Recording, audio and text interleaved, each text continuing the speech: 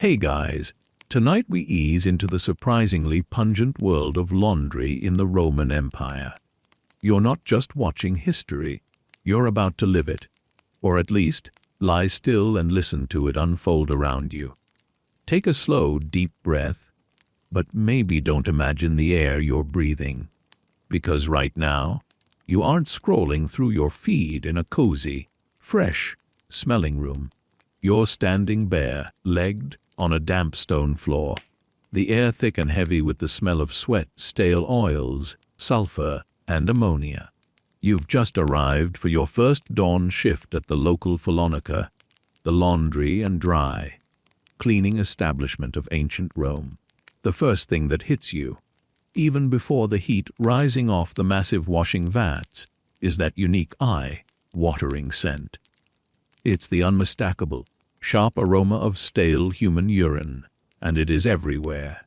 Your job, among others, will be to handle that urine, because in this era of magnificent marble statues, soaring aqueducts, and powerful legions, the most effective bleaching agent and cleaning solvent they have isn't some fancy chemical compound cooked up in a lab. It's the liquid waste from their own bodies. That's your cheeky reality check. You probably wouldn't survive your first hour working in a Roman laundry without gagging repeatedly. The modern convenience of bleach in a plastic bottle. It's a distant, futuristic dream. So, before you get comfortable, take a moment to like the video and subscribe, but only if you genuinely enjoy what I do here. Let me know where you're listening from and what time it is, and then just let your body relax. Now, dim the lights, maybe turn on a fan for that soft background hum, and let's ease into tonight's journey together. You shuffle through the workshop, a bustling, echoing space that feels both commercial and communal. It's early morning, and the rhythmic thud of workers treading cloth is already setting a slow, monotonous beat. The air is so humid it feels like a heavy woolen blanket pressed against your skin.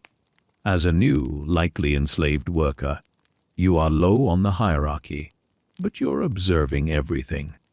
This FULLONICA isn't some tiny operation, it's a vital cornerstone of Roman urban life, essential for keeping the signature garment of the elite, the massive, heavy, often woolen toga, clean and brilliantly white. You look at the walls, which are stained with the greasy residue of fullo's earth, a type of fine clay or fuller's earth used as a primary soap substitute. You see the various stations, the large washing basins piscine, the drying racks, and the final finishing area where clothes are pressed and brushed. Everything here is labor-intensive and manual, a testament to an economy built on muscle and repetitive, exhausting tasks. Your first assignment is simple, yet deeply symbolic of the whole operation. You're helping an older, wary fuller, a laundry manager, essentially, sort the incoming loads. You handle heavy sacks containing garments from wealthy homes. There are tunics, stolas for women, and those enormous togas. A toga could be up to 18 feet long, draped over the body in precise, elaborate folds. Keeping one of those pristine was a full-time job for several people. It's like cleaning a modern king-sized duvet by hand every week. No wonder the fullones, or fullers, were necessary. Think about the sheer amount of dirt these clothes accumulated. Roman streets were dusty, muddy, and covered in animal and human refuse. They didn't have the luxury of sealed roads or indoor plumbing everywhere. Plus, Roman bath oils and perfumes, while smelling better than the laundry, also left stubborn, greasy stains on the wool and linen. Modern washing powders use surfactants to break down these fats. The Romans, lacking that chemistry, had to rely on a much more natural, albeit stomach-churning, chemical process. The old fuller gestures to a corner where stacks of amphora, large, earthenware jars, are piled up. These aren't wine or olive oil containers, oh no. These are the collection vessels for the precious cleaning agent, text urina.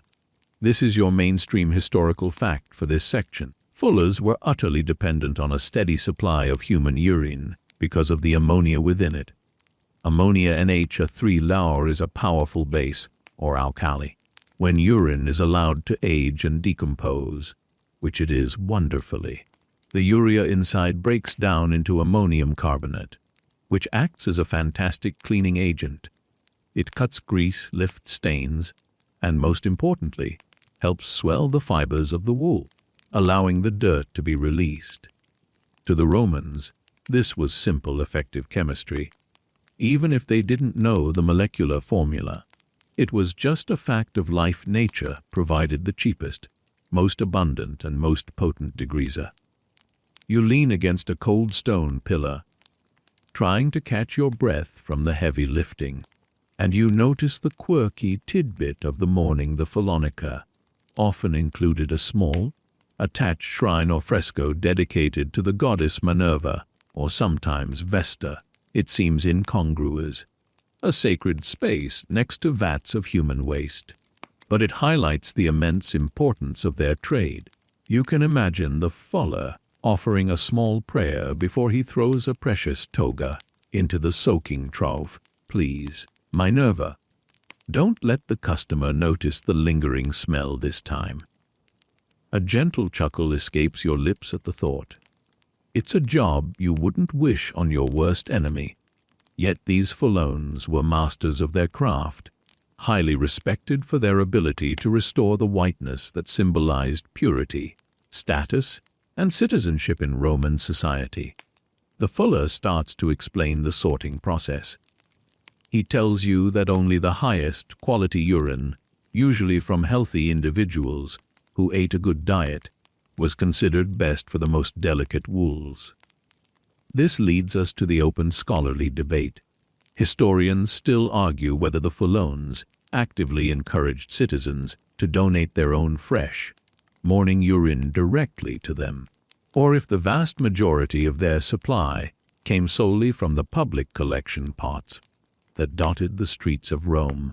Known as dolia fullonica, it's a debate that pits fastidious quality control against the simple logistics of mass production in a city of over 1 million people. Maybe they did both, running a tiered system, the street pots for the basic tunics, and the special, requested donations for that pure toga candida, the brilliant white toga worn by candidates for political office. That toga had to be dazzling white, and for that, you needed the finest, aged urine money or influence could buy. Your attention drifts to a massive, cylindrical container near the washing area. This is where the magic happens, or at least, where the raw material is transformed. The urine isn't used fresh.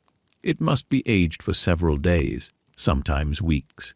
Imagine a vast ceramic jar sitting in the hot Mediterranean sun, the contents slowly fermenting, the urea transforming into that powerful, pungent ammonia. The smell around this aging vat is so intense, it burns your throat even from a distance. You try to focus on the soft sound of the ambient water gently dripping from a nearby pipe. Drip, drip, drip. Anything to distract from the reality of the Roman scentscape. You're given a coarse linen rag and told to wipe down a stone bench. It's a small, mundane task, but you perform it slowly, letting the rhythm calm your nerves. The fuller continues his lesson, pointing out the different types of stains they deal with: wine, olive oil, and the ever-present dust. He mentions that for particularly delicate silks a rare, expensive luxury, often imported via the silk routes. They might only use a mix of clean rainwater and specialized fuller's earth, avoiding the harsh urina entirely. But for the wool, especially the tough, greasy Roman wool, the urine is non-negotiable. It's the engine that drives the whole cleaning process. You watch as a client, a well-dressed man, enters the workshop. He's carrying a beautifully draped, but clearly soiled toga. He stands far from the main washing areas, holding a linen handkerchief to his nose, yet he treats the fuller with a measure of respect. This isn't just a service, it's a vital, professional trade. The fuller carefully inspects the garment, noting the stains, and quotes a price. The transaction is done with minimal fuss. The customer knows the process is disgusting, but the results are essential to his public image.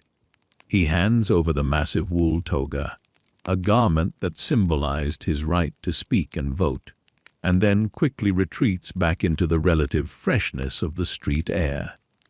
The fuller gives you a gentle, wary look. He tells you the worst part of the job isn't the smell, but the constant back-breaking nature of the labor. The washing process is a marathon, not a sprint, and your part, which we'll cover in the next sections, involves hours of continuous, repetitive work. But for now, you just stand, absorbing the heat and the sounds of the FULLONICA, letting the rhythmic thud of feet trading cloth in the distance gently carry you along the path toward sleep. The rhythmic thudding continues, a deep, watery percussive sound that seems to vibrate in your chest. It's the sound of the main event.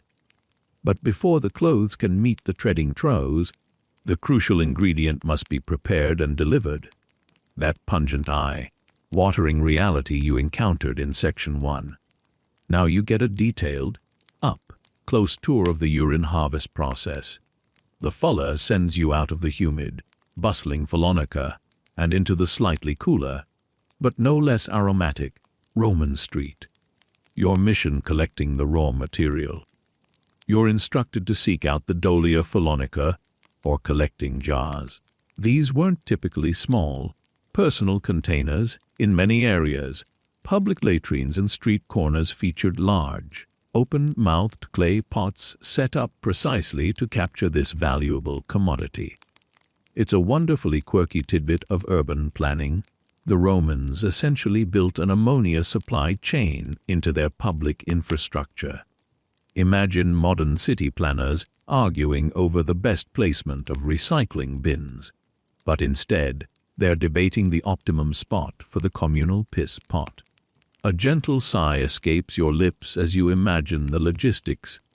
It must have been a highly incentivized process, because waste disposal was also revenue generation for the fullones. You trudge down a cobblestone street, the sandals slapping softly against the ancient stones. The fuller emphasized the importance of using aged urine. You recall his instruction. The fresh stuff is too weak. It needs time for the urea to decompose into ammonium carbonate, the active cleansing agent. The aging process, often weeks long in the storage amphora you saw earlier, is what creates that potent, sharp ammonia smell. It's the smell of cleaning power, ancient style. You approach one of the street collection points. It's a large, chipped terracotta jar, probably standing about waist high, partially shielded by a low wall. The air around it shimmers slightly with heat and the intensity of the scent.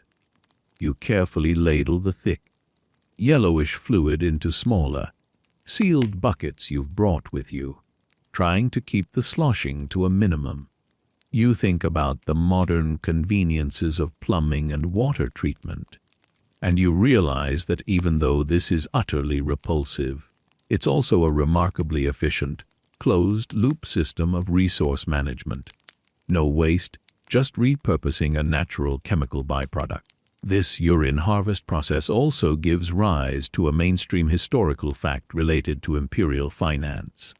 This resource became so essential, and the fullones so numerous, that Emperor Vespasian famously instituted a tax, known as the vectigal urinae, on the collection and sale of urine in the 1st century AD. This is the ultimate example of the government finding a way to tax absolutely everything. When his son, Titus, criticized the tax for its offensive nature, Vespasian reportedly held up a coin derived from the revenue and uttered the immortal, gently sarcastic line, "Pecunia non olet," money doesn't smell. Though, In this case, the source certainly did. The emperor's pragmatism is an oddly comforting historical detail.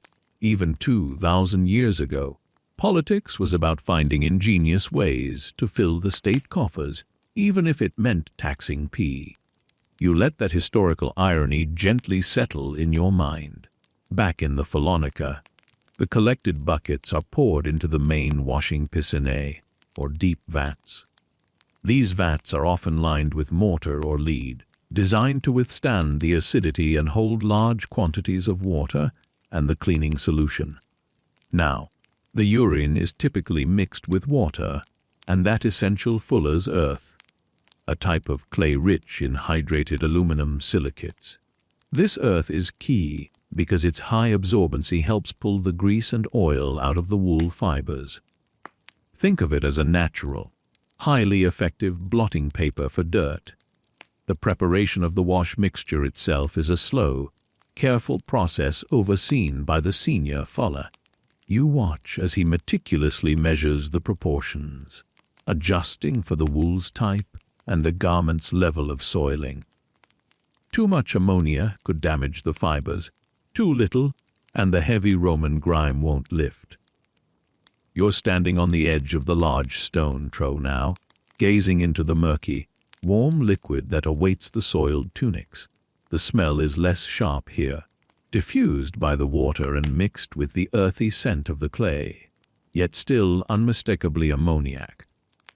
The fuller dips his hand into the water, checking the temperature and the feel of the mixture. He explains that wool requires warm, but not boiling water. Too hot and the fibers contract. You'd end up shrinking the precious toga into a useless felt ball, which would certainly result in a severe punishment from the wealthy customer.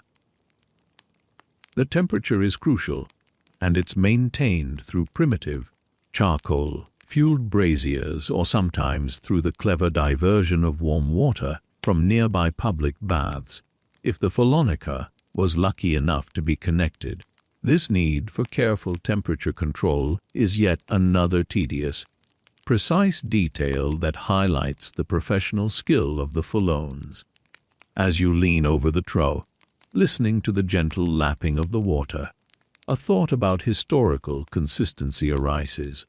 Historians still argue whether the fullones used the urine strictly as a detergent, to emulsify fats and clean, or primarily as a bleaching agent to whiten the wool. It likely served both purposes, but the debate hinges on the quantity used and the specific stage of washing. For the initial deep clean soak, the detergent aspect was paramount. For the final, whitening phase of the toga candida, the bleaching power of the mild alkali was key. You let the uncertainty of this scholarly debate hang softly in the air, a gentle puzzle for your sleepy mind. You observe the garments being introduced into the vat, not just tossed in, but carefully laid submerged and gently pushed down to saturate the thick wool. The wool starts to absorb the ammonia-rich liquid, the fibers swelling slightly. This initial soaking stage can last for hours, allowing the chemicals to work their slow, deliberate magic, breaking down the oils and the ingrained dirt that are now slowly clouding the water. The fuller looks tired, his hands stained dark from the fuller's earth.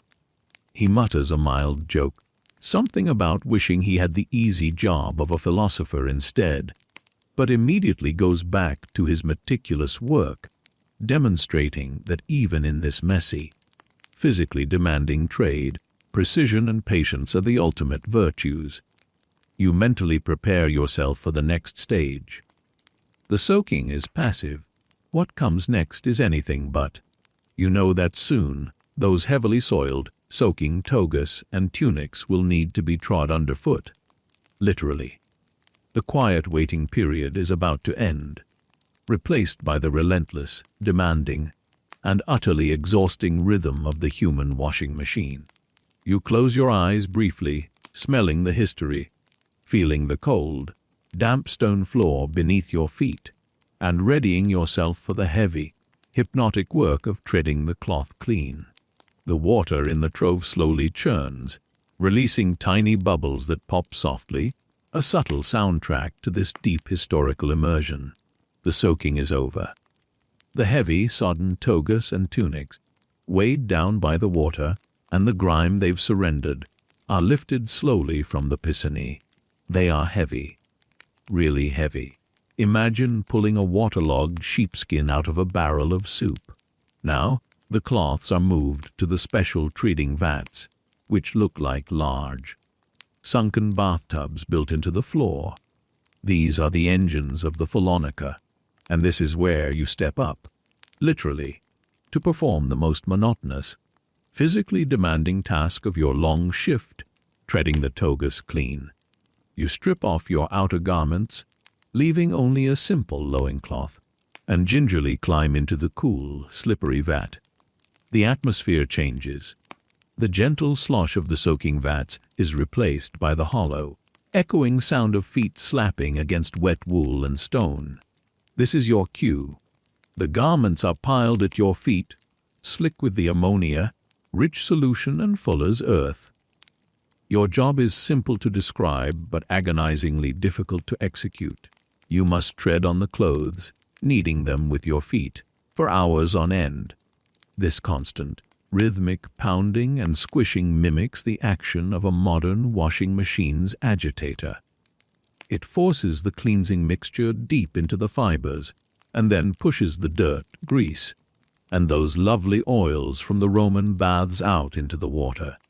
You begin to move, setting a slow, deliberate pace. Step, pivot, squish. Step, pivot, squish. It's a hypnotic rhythm that's designed to wear you down, both physically and mentally. The cold, wet cloth bunches under your arches and slides away from your heels. The sensation is strangely dense and soft, yet demanding. You have to maintain balance and momentum, avoiding slipping on the constantly moving wool and the soapy solution. You quickly learn to use your body weight efficiently, leaning into the rhythm, focusing on the simple muscle movements instead of the hours stretching ahead. The fuller stands by, occasionally giving a sharp command to adjust your focus to a particularly dirty part of the bundle. He reminds you that uniform pressure is the key. You must ensure every inch of that voluminous toga receives equal attention. Miss a spot, and the client will notice the stain, reflecting poorly on the entire establishment. This meticulous manual labor is the mainstream historical fact of this section. Treading by foot, or fulling, was the standard method of cleaning and thickening wool fabric across the entire Roman world, from Pompeii to Britain. The Latin name for the workers, fullones, literally derives from this essential action. As your mind drifts with the monotonous rhythm, squish, squish, squish, you reflect on the social status of your trade. The fullones were essential, but their methods were considered, well, gross. The use of urine, the intense smells, the sheer filth involved. All these things meant that, despite their professional importance, they occupied a middle to lower rung on the social ladder. Yet they were also sometimes wealthy businessmen, managing large workshops and employing many workers, both free and enslaved, like yourself. It's a complicated social structure where necessity battles disgust. You notice something odd being used by one of the other treading workers. A strange, ribbed wooden frame or possibly a stone block used within their trough. This is your quirky tidbit. Some FULLONICA used these primitive agitators or treading stones placed inside the vat to provide extra friction and abrasion against the clothes, aiding the cleaning process. It's a low-tech hack, a 2,000-year-old attempt at improving washing machine efficiency. It's a delightful thought that someone, tired of the constant treating, decided to incorporate a piece of wood just to make the wool rub itself clean a little faster. You give a soft, sleepy chuckle at the ingenuity born from exhaustion. You close your eyes for a moment, letting the rhythmic swish, slap, squish sound of the liquid and the wool fill your ears. It's surprisingly calming in its repetition. You can hear the sounds of the Roman city just outside the walls, a distant cart rattling over the stones, the low murmur of voices. But here, inside the fulling vat, you are isolated in your task. The fuller calls out, reminding you to check the fuller's earth level. As you tread, the clay mixture gradually breaks down the grease, but it needs to be replenished slightly. This brings us to the open scholarly debate. Historians still argue whether the primary purpose of fulling was simply cleaning us, removing dirt and grease, or whether it was equally important for felting or thickening the wool. When wool is agitated in warm, alkaline liquid like the urine mixture, the scales on the fibers lock together, making the fabric denser, warmer, and more durable. A process called felting. For military cloaks and rough tunics, felting was essential. For the fine, draped toga, cleaning was likely the main goal, but a little thickening was considered a sign of quality. The debate is about where the balance of these two effects lay for the Roman consumer. You shift your weight, feeling a cramp start to form in your calf. The trading process isn't just about removing dirt. It's about physical endurance. You recall the fuller mentioning the toga candida again, the dazzling white toga worn by men seeking political office as candidati. The brilliance of this garment was a matter of public image and status. A stain was not just dirt. It was a character flaw, a sign of laxity or poverty. You realize your current, tedious effort directly supports the illusion of power and immaculate purity for the Roman elite. The water in the vat is now a thick, cloudy gray-brown, a testament to the amount of grime you have successfully kneaded out. The fuller gives a nod. The time for the first phase of treading is nearing its end. Your feet are numb, and your back aches, but the continuous, soothing pattern of the work has settled into a comfortable monotony. You remember the earlier image, the crocodile dung sunscreen used by some ancient peoples, and smile at the sheer variety of unusual, natural ingredients that humans have historically turned into cleaning agents or cosmetics. At least the urine is local and easy to source. You take one final, deep breath before the fuller instructs you to slowly climb out of the vat. The cold air hits your wet skin, a brief, sharp contrast to the warm, stagnant air of the FULLONICA. You stand for a moment, watching the heavily soiled water begin to drain away, ready for the next stage of the process. The endless, meticulous work of rinsing, which, ironically, is just as crucial as the cleaning itself. The noise of the treading slowly fades as the water recedes, replaced once more by the softer, lapping sounds of movement in the main washing area. You are moving forward, one slow, wet step at a time. You stand dripping at the edge of the treading vats, watching the murky, spent liquid drain away. The fuller gestures you toward the next massive station, the piscine, or rinsing pools. If the treading was the aggressive cleaning, this stage is the meticulous, endless pursuit of purity. You've successfully removed the grease and dirt, but now you face the next challenge, removing the ammonia and the residual fuller's earth. If you fail to rinse thoroughly, the garment will stiffen, feel gritty, and, most importantly, retain that eye-watering, distinctive scent of the FULLONICA. No Roman noble wants a toga that smells like a poorly maintained public latrine. This step is critical for the client's public image, and it requires vast quantities of fresh water. This is the mainstream historical fact for this section. FULLONICA were often located close to public water sources, or were required to have sophisticated plumbing, sometimes even receiving dedicated feeds from the city's aqueducts. Due to this non-negotiable need for continuous, clean running water, in Pompeii and other well-excavated sites, The elaborate drainage and water systems connected to the laundries attest to their high volume demands. They were water hogs, essentially, draining resources that had traveled miles to reach the city. The clothes are now carefully moved, one by one, to the rinsing pools. These aren't static vats. They are designed for flow.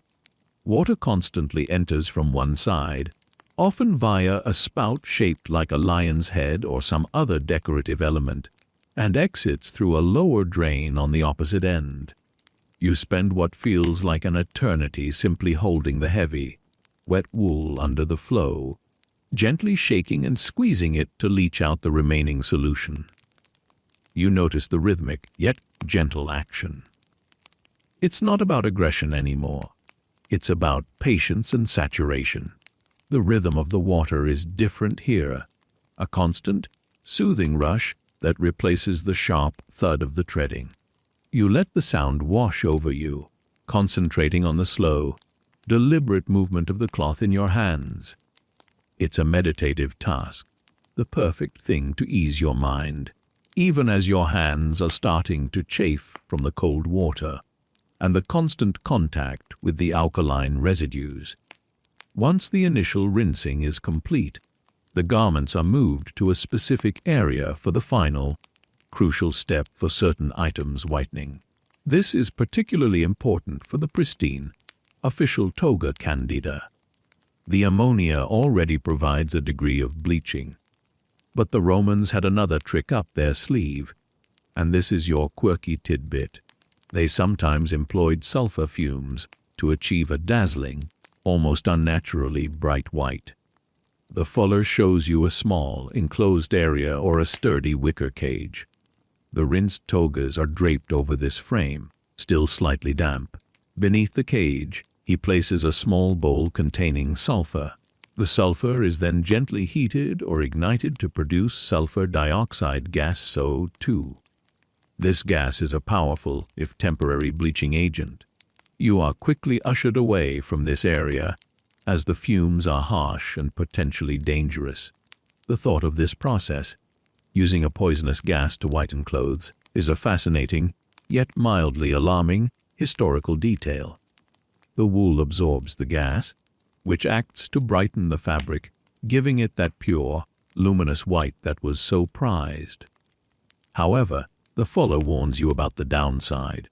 The sulfur bleaching isn't permanent, and it can also weaken the wool fibers over time. This leads us to our open scholarly debate. Historians still argue whether the sulfur fumigation was a standard, universal practice in FULLONICA, or if it was reserved only for the most high-status garments, like the toga candida, where the visual impact was worth the risk of slightly damaging the cloth. Given the cost and labor involved, it was likely an elite treatment. You remember the earlier joke about the philosopher versus the fuller.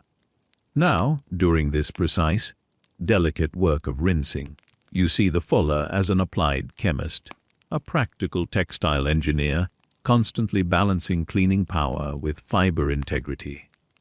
After the rinsing and, for some, the sulfur treatment, the garments are taken to the drying area. This is often an open courtyard or a rooftop where the sun and air can slowly dry the heavy wool. The drying process must be slow and even. If dried too quickly or unevenly, the wool could become brittle, shrink, or develop an odd odor. The fuller often hangs the togas on long wooden poles, using clips or weights to ensure they dry with minimal wrinkles, preparing them for the final, finishing stage. You notice a series of tools being cleaned nearby. These include specialized brushes, combs, and metal hooks. The fuller explains that once the garments are dry, the final, crucial aesthetic step is to restore the nap, or the soft, fuzzy surface, of the wool. This is done using a teasel head, a dried flower head covered in tiny, stiff hooks, or a specialized fuller's comb. You watch him carefully brush the surface of a drying tunic, lifting the fibers to give the wool a soft, luxurious texture. This is tedious work, involving hours of slow, even brushing, moving the tool in consistent, repetitive motions. It's the ancient equivalent of pressing a garment or using a high-end steamer and fabric brush. The repetitive sound of the brushing, a dry, gentle swoosh, swoosh, swoosh, is another sonic layer of the FULLONICA that contributes to the overall hypnotic rhythm of the workshop. You let the slow, careful effort of this stage sink in, recognizing that the job is never simply done. It moves from one repetitive, demanding task to the next, until the finished product is an immaculate, white and luxuriously soft garment.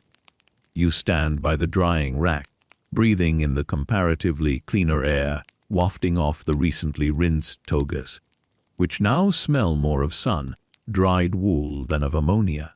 The contrast between the start of your shift and this moment is remarkable. The intense effort of the treading has given way to the gentle, patient work of rinsing and finishing. You feel the satisfaction of having moved the cloth through the most pungent phase, and now you prepare for the final inspection and delivery.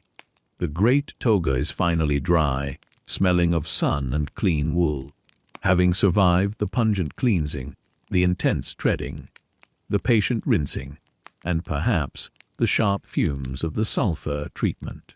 Now comes the final flourish, the finishing touches that transform a clean piece of fabric into a garment fit for a senator or a wealthy patron. You move to the pressing area. The fuller instructs you on the art of creasing and folding. A toga wasn't merely worn, it was draped in specific, elaborate ways, and that required careful preparation. You spend time using heated metal plates, sometimes called ferrum calidum L's hot iron, or simpler wooden presses to smooth the wool and set the critical folds.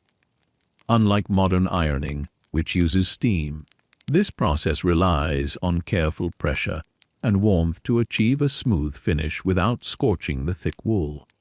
It's a slow, meticulous process that highlights the mainstream historical fact that Roman fashion was highly precise, and the fuller was as much a tailor's apprentice as a launderer.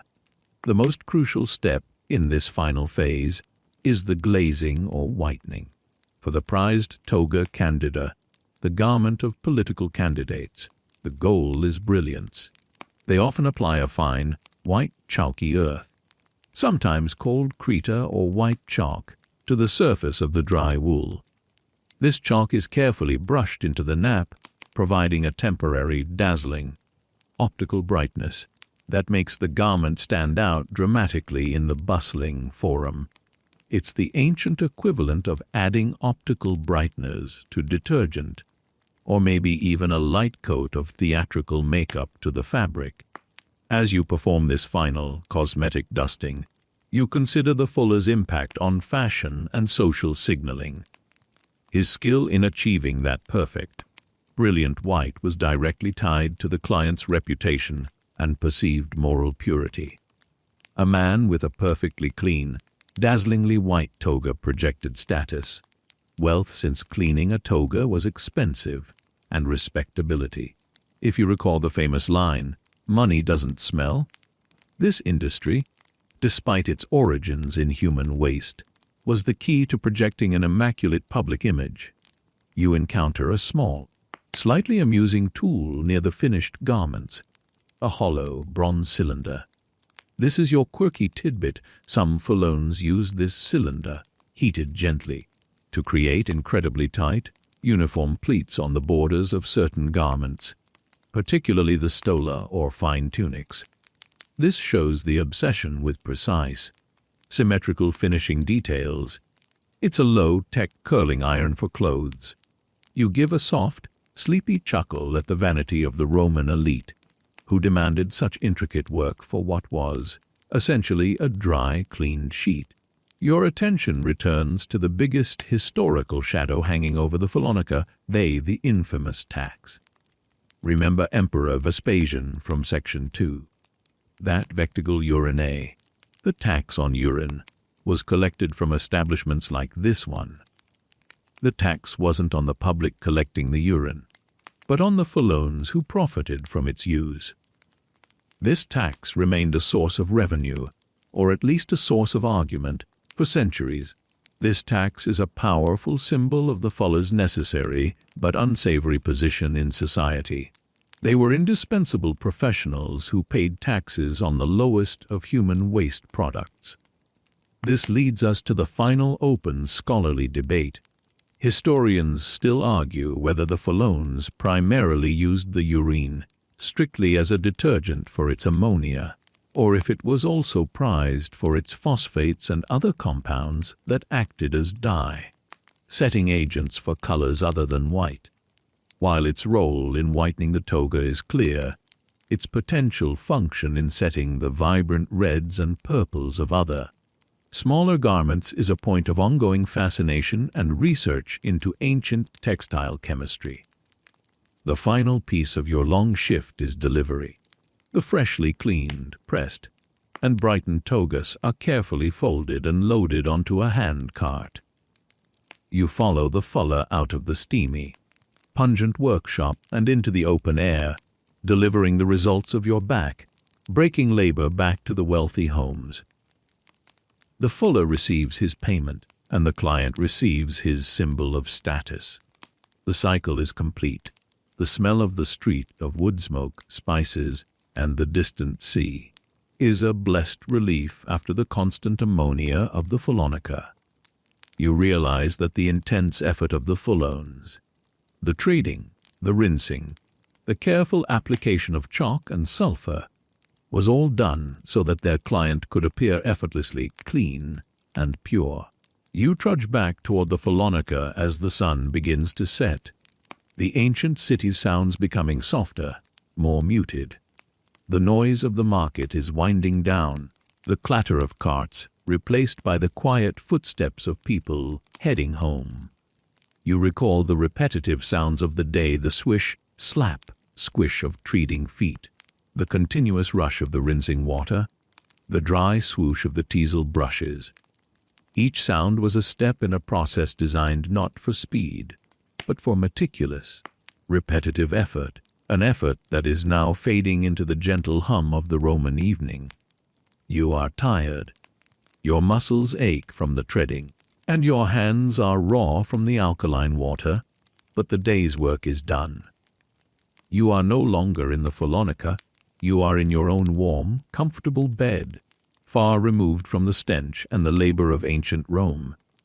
Let the historical details, the strange ingredients, and the quiet rhythms of the past begin to soften and dissolve in your mind. The air around you is calm. The sounds of your modern world are quiet now, distant and unchallenging.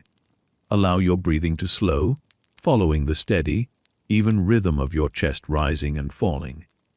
The vast stone vats, the heavy, waterlogged wool, the constant, gentle flow of the aqueduct water. Let these images drift lazily, turning into simple shapes and muted colors behind your eyelids. There is no more work to do, no more treading, no more rinsing.